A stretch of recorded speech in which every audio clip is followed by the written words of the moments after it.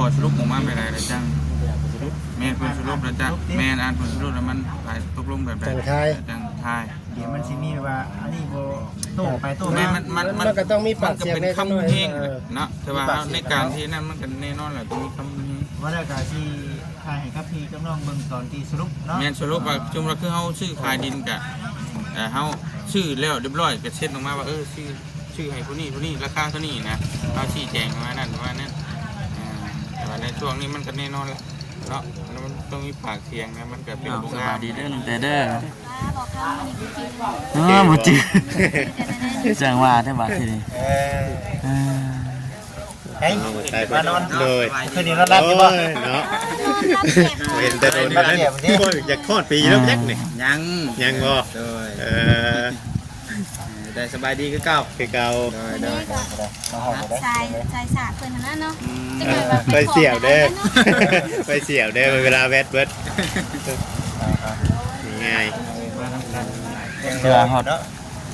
เพื่อนในบ้านเพิ่นแล้วจังได๋เนาะ ขี่รถมื้อ 12 โมงประมาณน่ะ12 โมงกว่าเด้อเนาะแค่นี้แม่นมื้ออย่างเดียว แม่นใครคำลง บ่ น่ะ ได้กลับลงมื้อนี้เนาะ ยันบริกรรมแบบนี้แต่ว่าเมื่อนอนอยู่เพื่อนได้คือเขา เนาะ เพราะว่ามันทำอยู่ดิ เราต้องพักผ่อนเนาะ นี่ต้องพัก คื ผ่ น อน นี้ก็มาเด้อเนาะ ว่าน้องคนก็เมื่อยนี่เป็นนี่ได้ชาวบ้านซีว่าซีคุยกันแบบได้บัดทั้งน้องเตนี่เขายังบ่ทันได้พูดได้ว่าเพิ่นคุยกันแบบใด บ่ฮู้เด้ตอนนี้เพิ่นยังคุยกันอยู่คนอยู่ แม่น ทางบ่เวียง เรื่องนี้ตอนนี้ยังตัดสินเรื่องผัวเมียตอนนี้ แม่นมีแต่ว่าไปฟังเพิ่นเว้าแล้วเฮาก็สั่งได้มาเล่าให้ทาง FC เพิ่นฟังอีกทีนึง โดย เนาะ เดี๋ยวฟังเพิ่นเว้าแล้วก็จังได้ชี้แจง FC พังหรือว่าทั้งบ่เตียงเพิ่นถ่ายคลิปไว้อยู่หรือว่าเพิ่นสิเอาลงแล้วก็มามี FC ไปเบิ่ง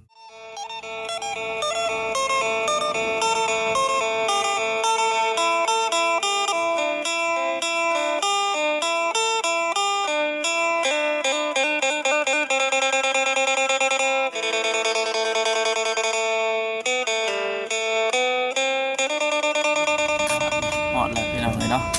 เอาก่อนอื่นก็ทักทายสบายดีคือนึงพี่น้องเอ้ยเนาะ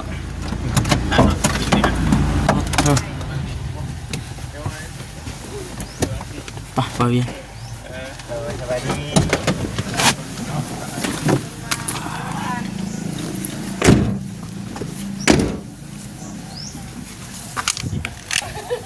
สบายดีเด้อน้องแต่เด้อ บอกเขาวันนี้ไปกิน บ่จื้อจังว่าได้บาดทีนี้ เฮ้ยมานอนเลยคืนนี้นอนรับอยู่บ่เนาะ เห็นแต่โดนนั้นอยากทอดปีแล้วยักษ์นี่ ยัง บ่ ได้สบายดีคือเก่า ชายสาเพื่อนนั่นเนาะ ไปเสี่ยวเด้อไปเสี่ยวเด้อเวลาแวดเบิดง่าย เพื่อฮอดเพื่อนในบ้านเพิ่นแล้วจังได๋เนาะ ขี่รถมื้อเป็นยังเนาะ ก็ได้พักผ่อน น้องเกิดฮอดเมืองเนี่ยบ่เมืองสุขุมารบ่เคยไปก็ได้ไปบ่ บ่ โอ้ในมันเนาะนี่ได้ใช่ แต่ว่าโตเป็นตรงซื้อแล้วเป็นตรงซื้อเวียดเลยนะจีนเลยมัน แค่นี้เดี๋ยวยังงานหนังสือได้อยู่บ่ตามไป ก็ตัวได้ตัวบ่ว่าเฮาก็บ่ได้เรียนตั้งใจเรียนปานใดนะ แต่ยามเย็นน่ะบ่ตั้งใจเรียนแล้วบ่ เนาะสำนักไม่เจอเราต่างเนี่ยน่ะว่าเดียวเบิ่งคือมากูดอยู่เนาะมากูด มะกรูดมันคนละแบบเด้คนละสายพันธุ์ ปกตินี่ถ้าใบมะกรูดนี่ห่วยบีบแตดแดงผู้ดังนี่คือว่า บางที่ก็หมักชมโอก็มี อันนี้คล้ายๆใบชมโมเนาะ เย็นหมากมันขี้ลายเด้ มันเป็นน้ำสายพันธุ์ มันเป็นเพี้ยเป็นหยังขี้จัก เป็นพี่ หรือว่าเพิ่นตบกิ้ง พูดก็ กูดนะเนี่ย จะดมมึงยุ่ไหวมันอ่ะ เพิ่นตบกิ้งเจ้าค่ะ พิสูจน์เบิ่งดูว่าซั่น พี่ชื่อมึงยุ่ไหวเลยว่ะ เห็นอยู่นะอยากให้พิสูจน์ไว้ว่าเด้อว่าบ่เด้ เจ้าเบิ่งไหวมันนี่นั่น เจ้าสังเกตเบื้องนี้ดีเด้องาตัวมีหมากนั่นใบมันบ่ได้คือกันกับตัวนี้ก่อนแหละ แม่นอยู่ แม่นบ่ เพิ่นต่อแหละ ปล่อยว่าอย่าเพิ่นตอบกิ้งเอาแม่นเอาต้นชะโบแล้วเอาใบมะกรูดต้นมะกรูดก็ใช่ เจอแม่นจังเนาะ แม่นเลยมันใบมันบ่คือกันแหละ ใบตัวนั้นมันใหญ่เนาะ แม่นนี่แล้วก็กูด กู เอาพี่น้องเราลุ้นเราเบิ่งอีกพี่น้องเนาะเพิ่นกินข้าวกินน้ำก่อน จบแล้วมันขอสรุปออกมาไปได้แล้วจังแม่นเพิ่นสรุปแล้วจังแม่นอ่านเพิ่นสรุปแล้วมันไปตกลงแบบใดจังทาย เดี๋ยวมันสิมีว่าอันนี้บ่โต้ไปโต้ แม่ มา มันก็ต้องมีปากเสียง เป็น ใน คำเพลงเนาะแต่ว่าในการที่นั่นมันก็แน่นอนแหละต้องมีคำเพลง ว่าแล้วก็สิถ่ายให้กับพี่กับน้องเบิ่งตอนที่สรุปเนาะ แม่นสรุปว่าจุ่มเราคือเฮาซื้อขายดินกะเฮาซื้อแล้วเรียบร้อยก็เช็ดออกมาว่าชื่อให้ผู้นี้ราคาเท่านี้นะเฮาชี้แจงมานั่นว่านั่นแต่ว่าในช่วงนี้มันก็แน่นอนแล้วเนาะมันต้องมีปากเสียงนะมันก็เป็นบ่งามเลย นี่แหละ เอาเผยแพร่ไปก็คือหูแหละที่เราเห็นผ่านมาแล้ว เอาคุยร่วมกันโอเคแหละครับ แม่ครับแม่ประมาณนั้นไปพี่น้องไงปะเตียงคอตัวจบคลิปนั่งฟังเดี๋ยว ได้เข้าใจผิดเด้อคุยกันเคลียร์กับตัวนี้แหละเป็นได้ไปทางมา ล่าสุดแม่นหยังก็ ล่าสุดคือหยัง ตัวนี้บ่ แม่น จักเพิ่นยังเซ็นอยู่เนาะจักเซ็นนี่ยังว่า บ่ บ่ ได้เป็นสิ้นเรื่องเฮือนบ่ ยัง ยังอีกสองขั้นตอน ที่ว่าทางน้องไซมาเซ็น เซ็นเบิดอ่ะเซ็นเบิดทุกคนเนี่ยจักเพิ่นสิคุยเรื่องไหนได้บัดนี้เนาะ เรื่องอันนี้แหละบัดนี้ น่าสิเป็นเรื่องดินเนาะ เรื่องเงิน เรื่องหยังบัด ยังวะ น้องเต น้องแต่เรื่องน้องแต่ เขาน้องเตบ่บัดเรื่องเฮือนยังบ่จัดว่ามามอบให้ไผเนาะ เรื่องน้องแต่แล้วก่อน เรื่องน้องเตกะที่ว่าน้องเตออกไปจากบ้านนุ่งสันบ่ แม่น เอามาเว้าเบิดให้มันจบในมื้อนี้นะแล้วก็บ่ให้เว้า ไปทางนั้นทางนี้นะ ว่าน้องเตออกไปเก็บมาเว้าเบิด แม่น ให้มันจบภายในมื้อเดียวนี้ ภายในมื้อเดียว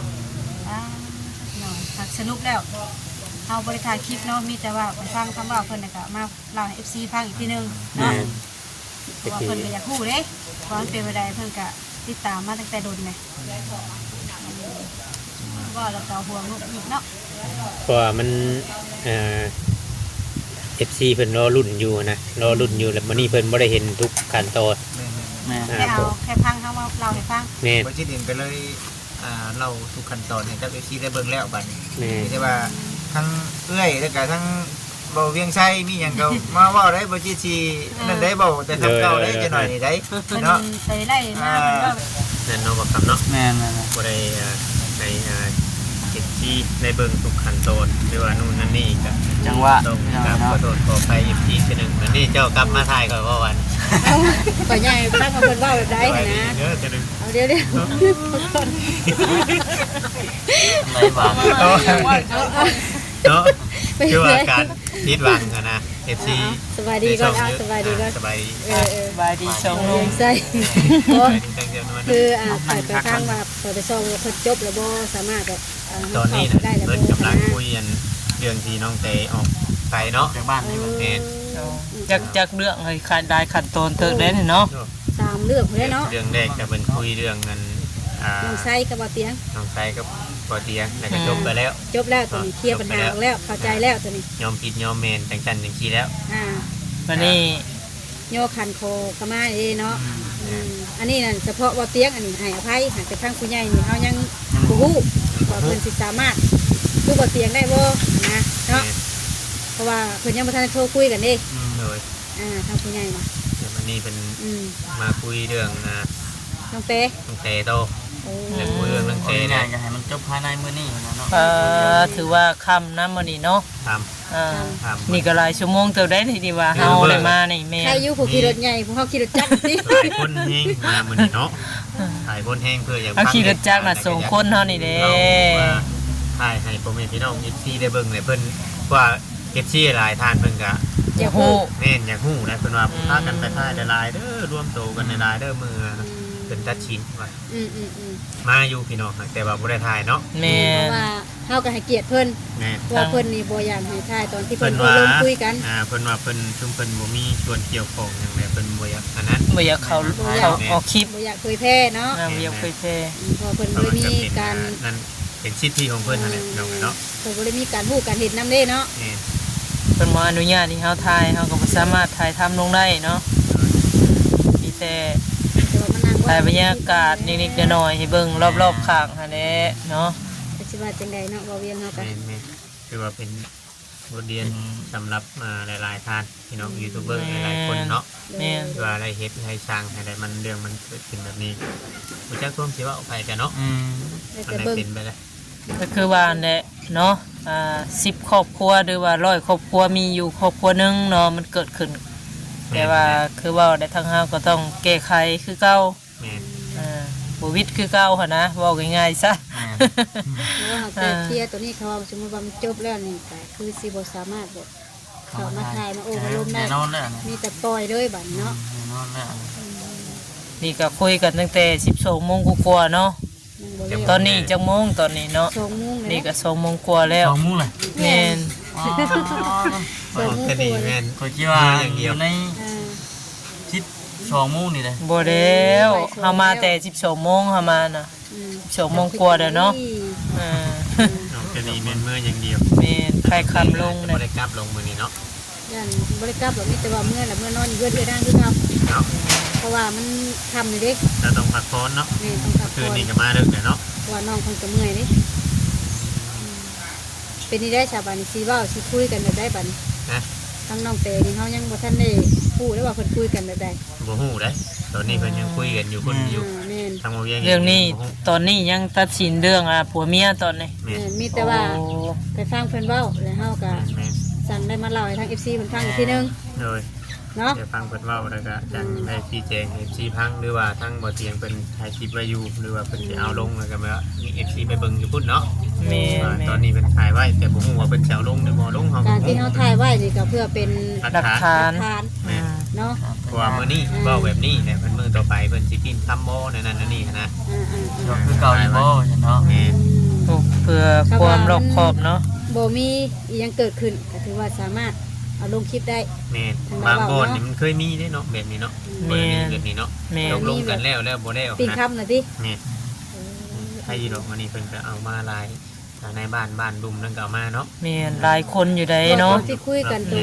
รุ่นก่อนที่เราบ่เข้าใจกันน่ะมีแต่ในหมู่บ้านเพิ่นเนาะ แม่น อืมก็เลยทำให้คุยกันบ่เข้าใจมื้อน่ะ ก็เว่าง่ายๆก็คือเพิ่นมื้อนี้เพิ่นมานี่แบบว่าร่วมกันหลายคนแล้วก็บอกเทื่อละขั้นตอนเพิ่นก็เว้าหลายสิ่งหลายอย่างอยู่เนาะเท่าที่เฮาพังหั่นนะบอกสอนแน่ แต่บางเรื่องเฮาอาจสิบ่ได้ออกมาเว้าเนาะ เนาะ เป็นนี่ได้หรือว่า เดือดบ่ คุยเรื่องน้องเตกับน้องได้แล้วมันเดือดบ่หรือว่าใด แม่น อาจสิแม่นเนาะตัวนี้ ไปฟัง ไปจังได๋ไปฟังเบิ่งก่อนเฮาก็ได้เนาะ บ่ครับ จังมาเล่าให้ FC เพิ่นฟังอีกทีหนึงเนาะ เนี่ยมันจะว่าทายเป็นบางช่วงบางตอนนี่พี่น้องเนาะบางช่วง นี่แหละพี่น้องเลยมันอาจจะมีความหุนเฮงแน่เนาะทางอันทางผู้ใหญ่หรือว่าทางเจ้าหน้าที่เพิ่นเนาะเพิ่นบ่อยากให้ถ่ายลงในโลกโซเชียลเนาะเพียงเนาะก็เลย บางถอยบางคำเว่ายังแบบโมโลโกกันก็มีนะ แม่นก็มีบางช่วงบางตอนเนาะที่ได้เว้า แต่มีแต่ว่าจะเข้าไปพากันนั่งโลนั่งที่ตามเบิ่งทุกเหตุการณ์อย่างนี้แหละพี่น้องเนาะได้ โอ้นี่นั่นนี่เนาะพี่เนาะนี่ได้ให้อยู่ร่วมกันจอดกันโอลมกันนี่แต่ก่อนเพิ่นก็เคยบอกแล้วแต่ว่ามันคุยกันลงตัวมันนี่แหละการมาไปเชิญหน้ากันข้างใหม่ได้เนาะในระหว่าง4เดือนเนาะประมาณ4เดือนกลัวๆนี่นะที่ว่าเป็นระยะห่างกันนะพี่น้องเนาะก็เลยกลับเข้ามาทางนำยูทูบเบอร์หลายๆคนเข้ามาโอ้ลมแล้วก็มาพูดคุยกันว่าเป็นแบบไรว่าตรงนี้ยังโมโหเลยนะยังคลิปนี้ว่าง่ายว่าคลิปนี้ยังโมโหบ่าไปเป็นเจ้าของบ้าน รถกันที่แมนคุยกับเพื่อน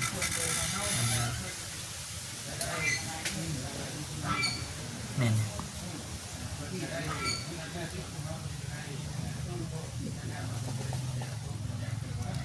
ว่าเพิ่นยังคุยกันในเรื่องนั้นนั่นเนาะทางผู้รับผู้ใหญ่เพิ่นก็โทรมาอยู่แต่ว่าเพิ่นอาจจะเอะใจบ่เห็นลงคลิปเนาะ แม่หลายคนหลายอยู่ดอก เพราะว่าบ่ได้ลงคลิปให้พี่น้อง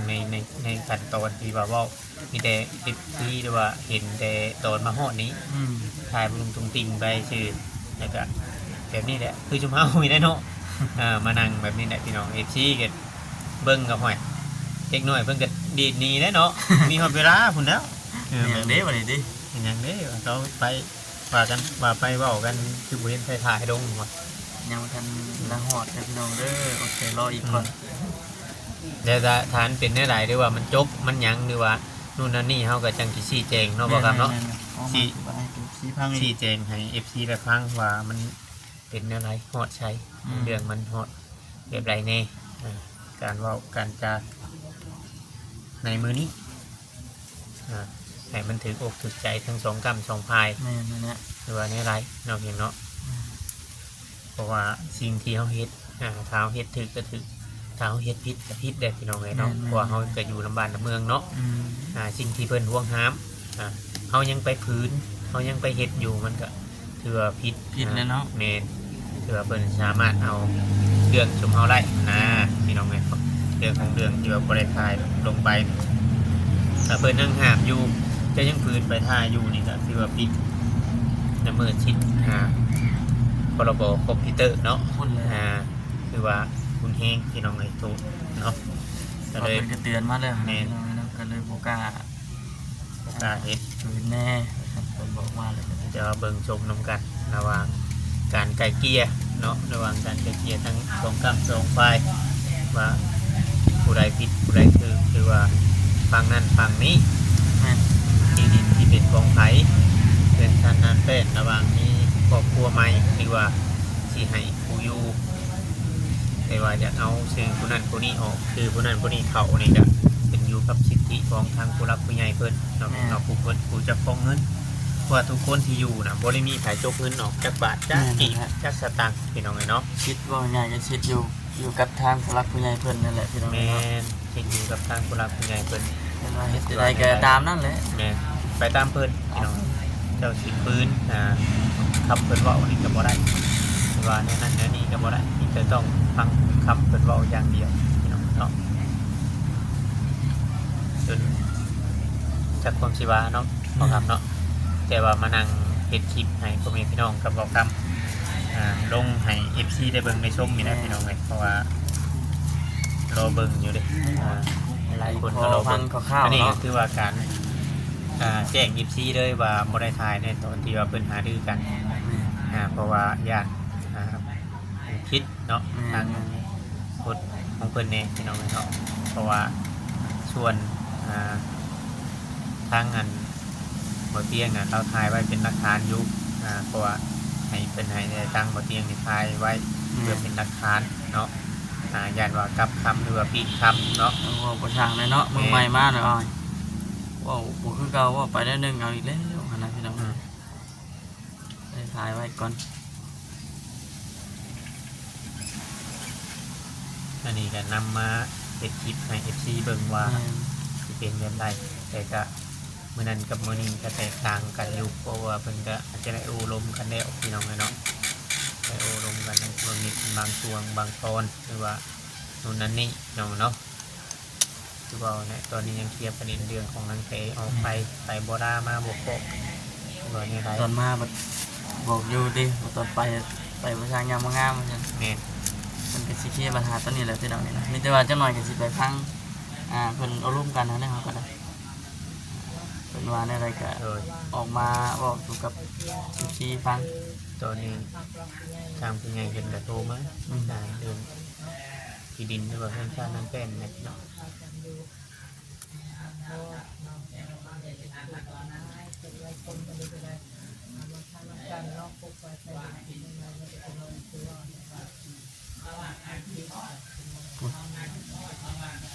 คือจะเป็นคุยกับมันเพื่อน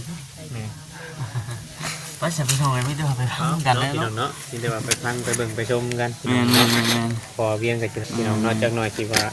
ตกข่าวพี่น้องเนาะนะครับเนาะ แมน ว่าคลิปนี้บ่ถือบ่ต้องหรือว่าเว้าบ่ม่วนนวลหูผู้ใดก็ต้องรับขอโทษขออภัยหลายๆเนาะพี่เนาะก็สิได้ขอจบคลิปลงไว้ก่อนเด้อพ่อแม่พี่น้อง FC ขอบคุณทุกคนที่เข้ามากดไลค์กดแชร์คอมเมนต์พี่น้องเนาะกดติดตามพี่น้องเลยสำหรับนี่บ่เวียงกับสิดำละเนาะขอกล่าวว่าสบายดีพี่น้องเนาะ สบายดีพี่น้องเนาะ โ